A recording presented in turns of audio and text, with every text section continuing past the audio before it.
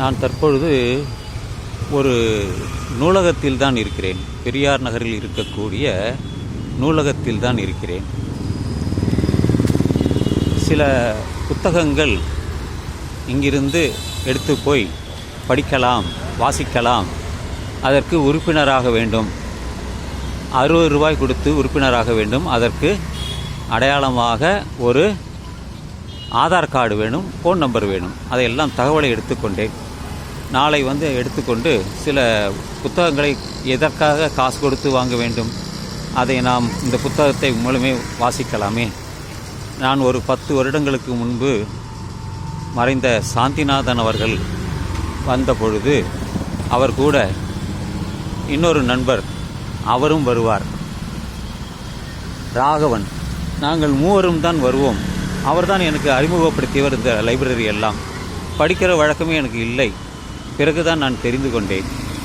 So அதனால் நிறையா படிக்க வேண்டும், நம்முடைய அறிவை வளர்த்து கொள்ள வேண்டும், விரிவுபடுத்த வேண்டும் என்ற எண்ணம் தான்.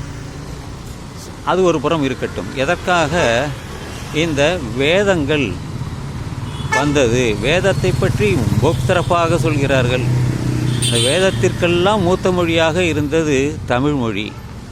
ஆனால் அதை சரியாக விளம்பரப்படுத்தவில்லை. புலவர்கள் இருந்தார்கள், பல இலக்கியங்கள் இருந்தது, எல்லாமே இருந்தது, அனைத்துமே. ஆனால் எழுதப்பட்டதெல்லாம் பிற்காலத்தில் தான். ஏனென்றால் அப்பொழுதெல்லாம் எழுதப்படவில்லை, ஓலைச்சுவடிகள் இருந்தது. ஆனால் இந்த வேதத்திற்கு ஓலைச்சுவடிகளும் கிடையாது, வழி வழியாக வந்தது தான். அதிலே முக்கியமான 2 விஷயம்தான் நான் சொல்லப் போகிறேன். ஒன்று, இந்த வேதத்தில் தான் எல்லாமே. அதில் ஒன்று, இந்த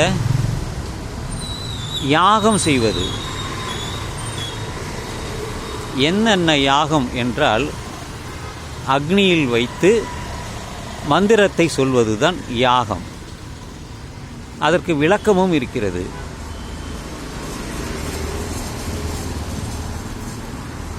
அதற்கு உபநிடதங்கள் என்று சொல்வார்கள். வேதத்துக்கு உபநிடதங்கள் அதெல்லாம் நமக்கு கிடைக்கும். எல்லாமே முதலில் சமஸ்கிருதத்தில் பிற்காலத்தில் எழுதினார்கள். இப்பொழுது பல நூல்கள் தமிழிலே வந்துவிட்டது, மொழிபெயர்ப்பு தான். இந்த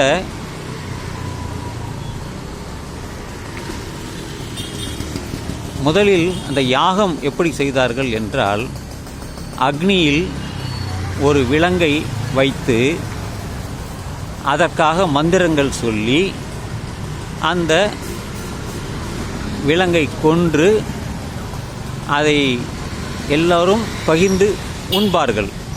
யார் அவர்கள்? அந்த ரிஷிகள் தான். ரிஷிகள்னால் நம்மளை போல மனிதர்கள், சாதாரண மனிதர்கள் தான். ரொம்ப பெருசாக உயர்ந்தவர்கள் எல்லாம் கிடையாது. ரிஷிகள் எத்தனையோ ரிஷிகள் இருக்காங்க. பிரம்ம ரிஷின்னு ஒருத்தர் இருப்பார். இன்னும் அகத்தியர் ஒரு ரிஷின்னு சொல்லுவாங்க. இன்னும் பல ரிஷிகள் இருக்காங்க.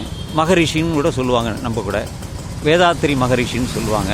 அப்படின்னு அந்த ரிஷியை வச்சு பல பேர் வச்சுக்கோங்க. மனிதர்கள் தான், நம்மளை போன்ற சாதாரண மனிதர்கள் தான்.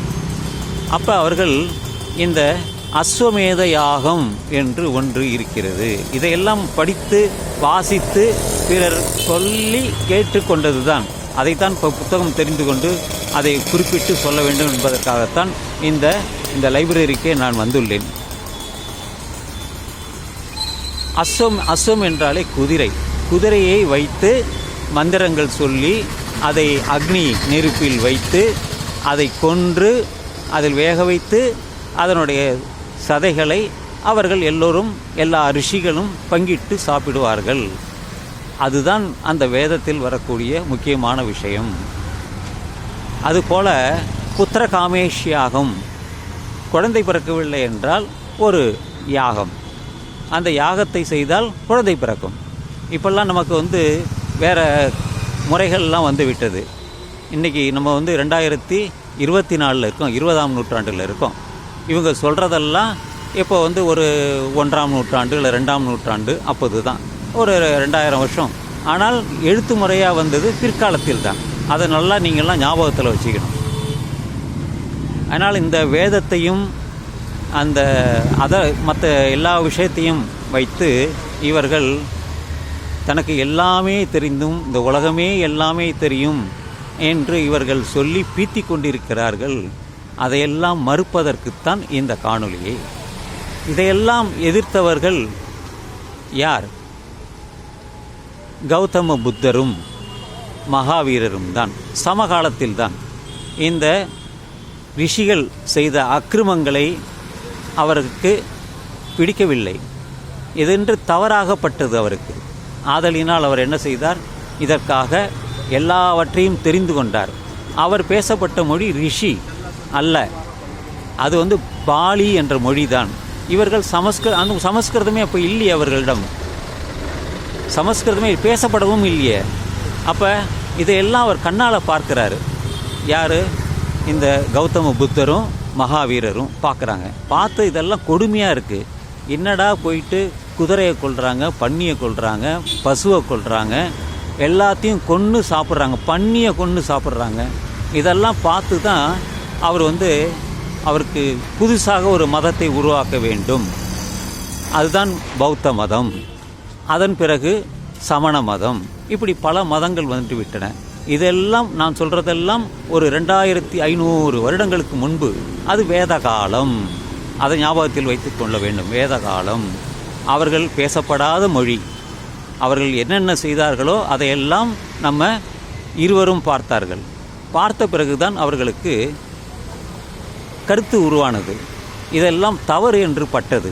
அந்த தவறை அதைக்க விளக்கமாக சொல்வதுதான் இந்த பௌத்தமும் சமணமும். ஆசீவகம் என்ற ஒன்றும் அதே சமகாலத்தில் இருந்தது. அது அழிந்து விட்டது. ஆனால் இந்த சமணமும் குறைந்து விட்டது, அழிந்து விட்டதல்ல, அங்காங்கே இருக்கிறது. ஆனால் பௌத்தம் பல நாடுகளில் பரவியுள்ளது. அதுதான் முக்கியமாக சொல்ல வேண்டும். என்ற பதிவை நான் இத்துடன் நிறைவு செய்கிறேன். இன்னும் தொடரும்.